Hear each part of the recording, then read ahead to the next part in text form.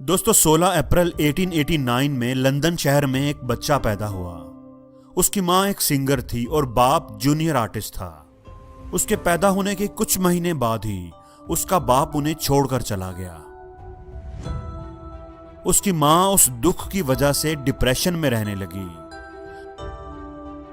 एक दिन स्टेज पर गाना गाते हुए उसकी माँ की आवाज चली गई।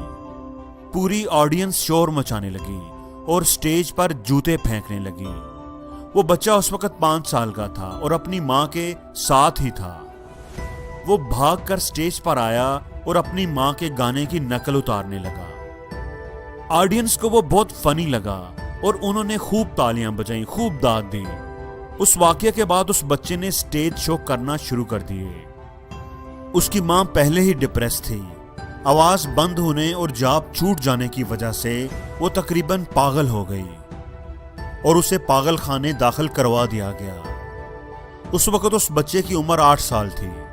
ये उस बच्चे की जिंदगी का मुश्किल तरीन दौर था। वो बिल्कुल अकेला रह गया था, लेकिन उसने हिम्मत नहीं हारी और स्टेज शो करके लोगों को हंसाता रहा।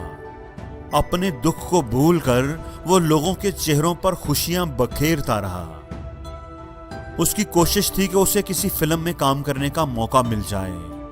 24 साल की उम्र में उसका ये ख्वाब भी पूरा हो गया। उसे एक फिल्म मिली जिसका नाम था मेकिंग अ लिविंग। अपनी उस फिल्म की वजह से वो पूरी दुनिया में मशहूर हो गया। जी हां दोस्तों, उस बच्चे को आप सब लोग जानते हैं। उसका नाम चार्ली चैपलिन था। दोस्तों, जिंदगी में आने वाली मुश्किलें कितनी भी बड़ी हों, लेकिन वो आपके कद से कभी बड़ी नहीं होती अगर आपको उनका सामना करना आता हो। अगर वो बच्चा इतनी मुश्किलों के बाद भी, इतने दुखों तकलीफों के बाद भी लोगों के चेहरों पर मुस्कुराहटें बखेर सकता है, इतनी कामयाबियां हासिल कर सकता है, तो मैं और आप क्यों नहीं। अगर हम दुखों को भूलकर जिंदगी में आगे बढ़ते रहें तो हो सकता है वो सब भी पालें जो खो गया था। लेकिन अगर हम उस दुख को साथ लेकर चलेंगे तो फिर अपनी जिंदगी खुद अपने हाथों से बर्बाद करेंगे।